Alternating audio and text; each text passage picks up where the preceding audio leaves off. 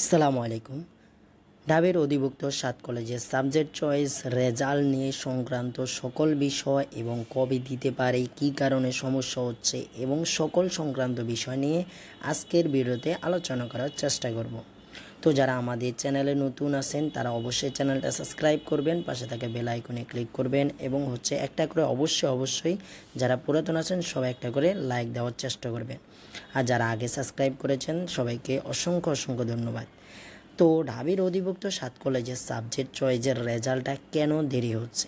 তো প্রথম থেকে আলোচনা করি, যেটা হচ্ছে আপনাদের মূলত হচ্ছে 23 তারিখের সাবজেক্ট চয়েসটা শেষ হওয়ার কথা।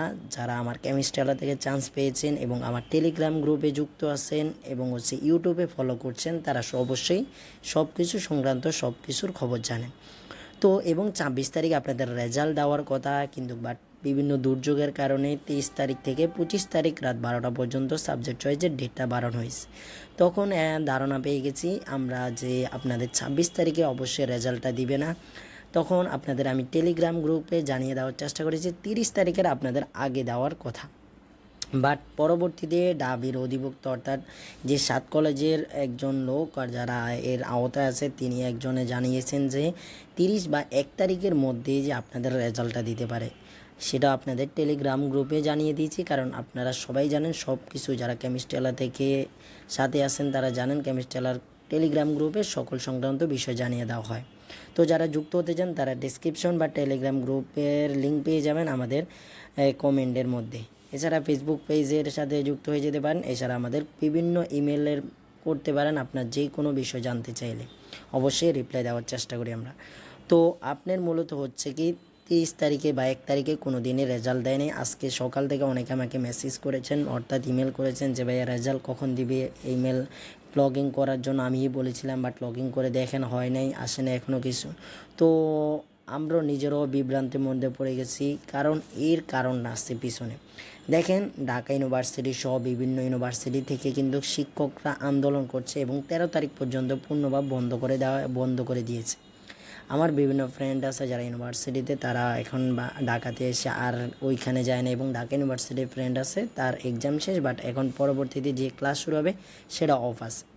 তো মোট কথা এখন পর্যন্ত যেহেতু ঢাবির অধিভুক্ত 7 কলেজ ঢাকা ইউনিভার্সিটির সকল কার্যক্রম বন্ধ, তো যেহেতু ঢাকা ইউনিভার্সিটি 7 কলেজকে পরিচালনা করেন, কোশ্চেন বলেন, কোশ্চেনের প্যাটার্ন সব কিছু, কোশ্চেন বলেন তারাই সব কিছুর পরীক্ষার খাতা দেখা বলা সব কিছু তারাই দেখে। 7 কলেজে শুধু আপনাকে পড়ানো হয় এবং সার্টিফিকেটটাও আপনি কিন্তু ঢাবির থেকে পাবেন।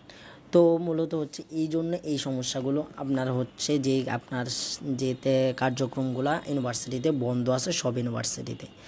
তো এছাড়া এর আগেও যদি আপনারা সম্ভাবনা দিয়েও দিতে পারে, কিছুদিন অপেক্ষা করেন, বিভ্রান্ত না হয়ে টেনশন না করে, যা হওয়ার তাও তো হবে, আপনার একার না সবাইরই পেছানো হচ্ছে। তো আমি যদি কোনো সংক্রান্ত তারিখ পেয়ে যাই, কোনো ডেট পেয়ে যাই, কোনো অর্থাৎ যারা অধিভুক্ত যারা আছে যারা এগুলাতে কাজ করে, তারা যদি তাদের কোনো যদি মন্তব্য পাই অবশ্যই টেলিগ্রাম গ্রুপে এবং অবশ্যই ভিডিও যদি আমি সময় পাই ভিডিও দেওয়ার চেষ্টা করব। যদিও আজকে দেওয়ার ইচ্ছা ছিল না, কারণ হচ্ছে অনেকে জানানোর চেষ্টা করছেন ভাই তোর পরীক্ষার রেজাল্ট দেয় না, এই কারণে আপনাদের ভিডিও দেওয়ার চেষ্টা করেছি। কারণ হচ্ছে আপনারাই জানেন এখন ভিডিও কম দেওয়া হচ্ছে, কারণ কেমিস্ট্রি আলার আপনাদের সামনে আবার কাজ করা শুরু হবে। এখন মূলত নিজে নিয়ে ব্যস্ত আছি। তো সবাই ভালো থাকবেন, সুস্থ থাকবেন, আর রবের প্রতি বিশ্বাস রাখবেন এবং মুসলিম হয়ে থাকলে 5 ওয়াক্ত নামাজ পড়ার চেষ্টা করবেন নিজে এবং অন্যের জন্য দোয়া করবেন, তাহলে নিজের দোয়াগুলো অবশ্যই তাড়াতাড়ি কবুল হবে। মনে রাখবেন আপনি অন্যের জন্য দোয়া করবেন তো সবার আগে আপনার দোয়াটাই দেখবেন ফেরেশতারা আপনার জন্য দোয়া করবে, আপনার অবশ্যই দোয়া কবুল হবে। আর অন্য ধর্মাবলম্বী হলে আপনি অবশ্যই আপনার সৃষ্টিকর্তাকে বিশ্বাস করেন, সৃষ্টিকর্তার উপরে বিশ্বাস রাখুন, পরিশ্রম করুন, সফলতা ইনশাল্লাহ আসবে। আল্লাহ হাফেজ, আসসালামু আলাইকুম।